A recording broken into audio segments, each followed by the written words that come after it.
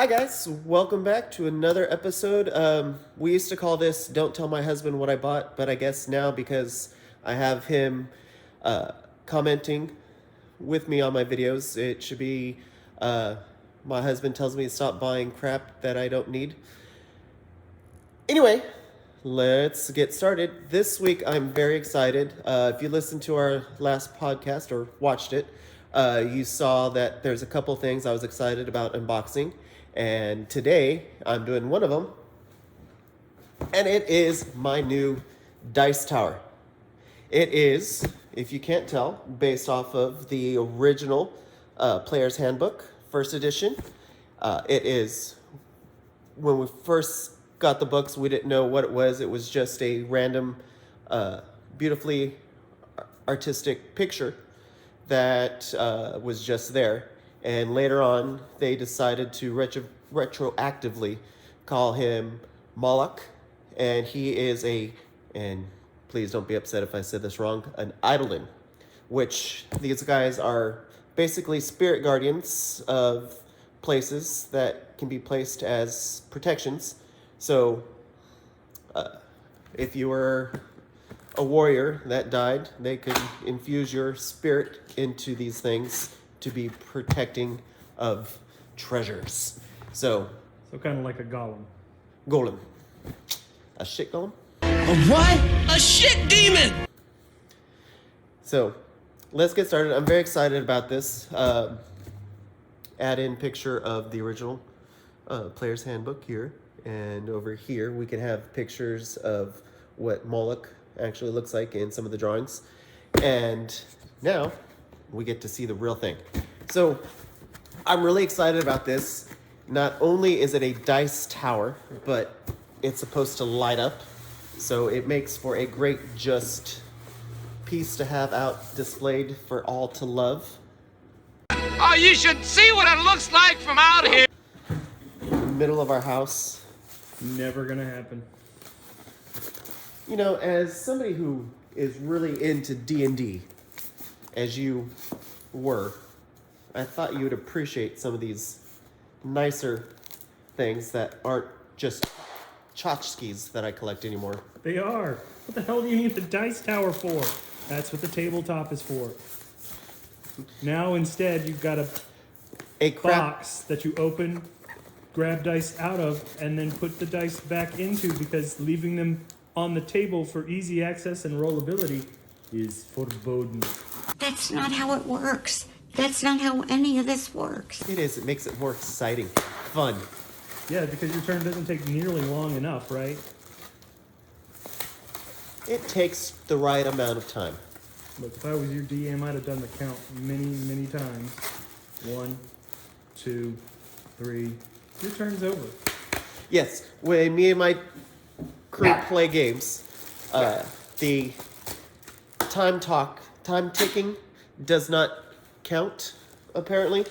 In actual D&D, they say each turn should be 3 seconds, and if you cannot do something in 3 seconds, you lose your turn. Phrasing. That is never happens in any of our games. And what's really fun is when one of our players decides to wait till somebody else's turn to start asking questions and trying to figure out what they're going to do. I guess that gives you time to open up the tower It does. to get your dice out. Well, that's the great thing about this. Look how beautiful that is. Uh-oh. It looks like somebody already stole his eye. Scandalous. So, look at that. I mean, Not only do you have to have this, but you also have to have batteries. Battery operated. Batteries not included. it is batteries, and batteries are included. You pull the little tibby-tabby thingy out, and look at that. Lights up. Somebody's not impressed. He comes with his own head. Oh, good. Topper. I'm glad when people come with their own head attached. So That really makes it better. makes it so that when you're not playing, it is a perfectly beautiful statue to have on display for everybody to walk in the house and say, "Oh my God, isn't that awesome?" Yes, it is. It is one of my favorite. That looks weird. That looks like you drop the dice on top of his head and he rolls them for you, because that hole under his legs looks like dice should come out. That's where the dice come out. Oh, so you have to have your dice on the table and then you drop them into him. And then it rolls back out. Oh my god. Back out onto the table. Oh. But I want to talk about the beautiful detailed work and paint job they have on this. So, when buying collectible things, especially with D&D, a lot of times I've Made come in bulk. Part of the problems that I've run into is the detail painting is not always up to par. But I really think if you look at this, they did a very good job. It does look... That's styrofoam. It does look very much like an old statue that's been sitting there for a while. The eye that's missing is on purpose. It didn't fall out. It's to look like he's already been plundered. And... Wouldn't it be looted? Looted. And plundered. Plundered? No. Plunder villages, loot caves. And the flame litten up like that. Litten? Litten up. It's litten. Oh, girl, it's litten. It's been lit. In. It's not beautiful. illuminated, it's litten. So, having this in a darkened room, not completely blacked out, but just sitting in the back corner, make that lighting fabulous. I'm sure the batteries to replace them is super easy and super cheap. Yeah, you could leave it on all the time. Totes, my goats. The only thing I'm not happy about is the discoloration between this piece and the top of his head. This is a little bit brighter. So when sitting on top,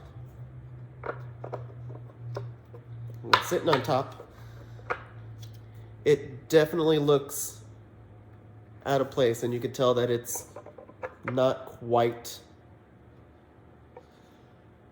like, it's not secret removable. It is very noticeable.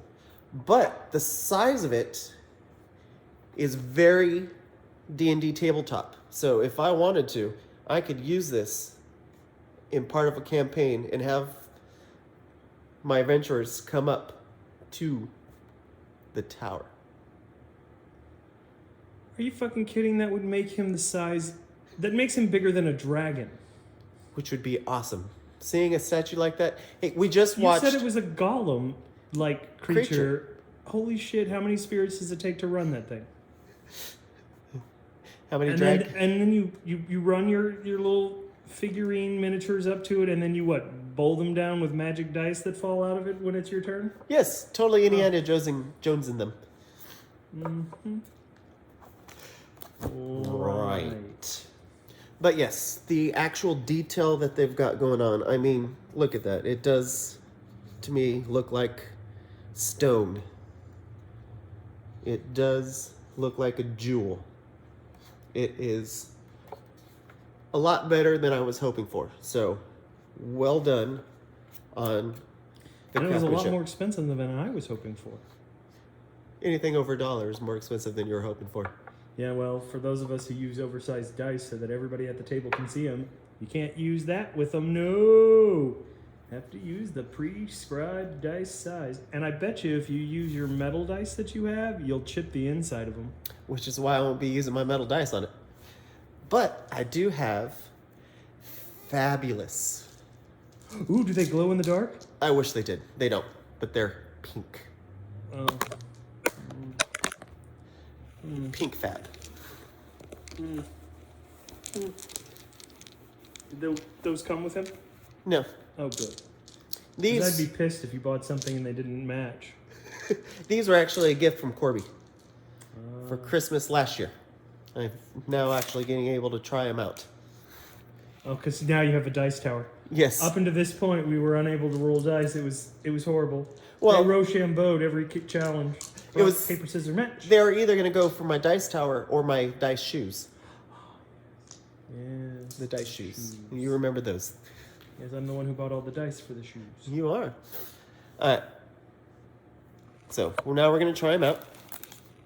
And first test is going to be, will he take them all? Because, Now it's getting a little BDSM, isn't it? So we all know that you never just roll one dice. It is always multiple. Unless it's like initiative or a save or a skill check. And those are all one dice, but those don't count, right? Those don't count. We're talking about rolling for damage. You always the heavy hitters. And you always roll your to hit is multiple dice too, right? Like, right? No, way. No. That's one dice at a time. Yes. Awkward. Rolling for damage. This is what I'm trying to do. And most of the time you use multiple dice for that? I thought they were all usually the same. It's not usually 1d20, 1d10, 1d6, 1d8. Well, I don't have all like my 4d6s or my 4d4s Oh, okay. to roll for damage. So I'm just assuming that rolling all these together would be, if it could take this load, it could take any type of load you throw at it. Phrasing. So let's see how good of a load he can shoot. Phrasing. And it works. None of them got stuck in there. It didn't get jammed. That is a very good sign. And again, you could also use it. Put your little minis down there, and it is an Indiana Jones sensation. Sweet. I You don't crit. even have to spit on it. He just takes it all, doesn't he? Yeah. All right. So now this is going up on my mantle, right above the fireplace. No, it's not. It'd be beautiful. Not in this house, it's not. Maybe in the center of the kitchen table while we're eating, be a nice little centerpiece during Thanksgiving No. instead of a cornucopia. Nope. Oh. No. All right, you guys. This has been another edition of My Husband Tells Me to Stop Buying Crap. Hope you enjoyed it. And share. Come over. Let's play some D&D and roll some loads. Till next time, you guys. Bye.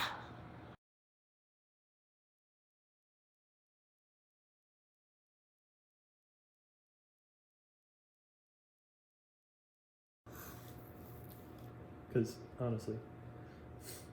And the fact that y'all have entire conversations in the middle of combat without actually taking a turn would infuriate me. I do not know how y'all get anything done. No wonder it takes 4 hours for y'all to do part of a mod. Like, we used to carve time out of our schedule to sit down and play, and it was serious. It was serious. This is very serious for us. Yeah, we're sitting around talking about what you're going to unbox next. Hey guys, I think I bought a new book of new rules for the same game so that we can change everything we do now to be something completely different. Oh, yay, a new book about stuff that we already do, yay! Really love new books. They're awesome. Like, hey, look, it's Ravenloft. They've never done this before. Yes, they have. Yes, Ravenloft existed before 5th edition. Trust me. Trust me. It was a cruel, heartless world, and it was hard to fucking play. And now it's, tiptoeing through tulips? La la la la la la la. How would you know? You haven't gone back to Ravenloft, so. Because you've talked about it, it's like that is not the harsh conditions of Ravenloft that I remember.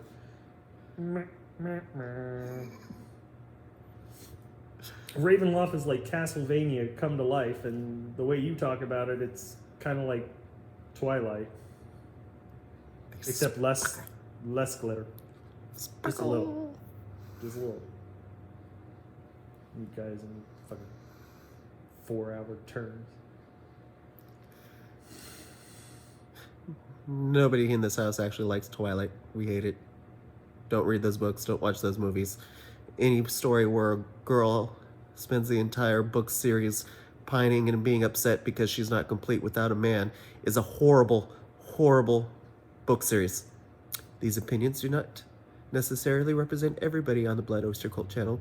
Please do not be upset.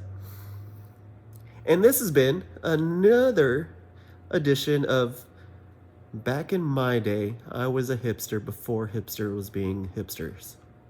With my husband. Talk to you guys later.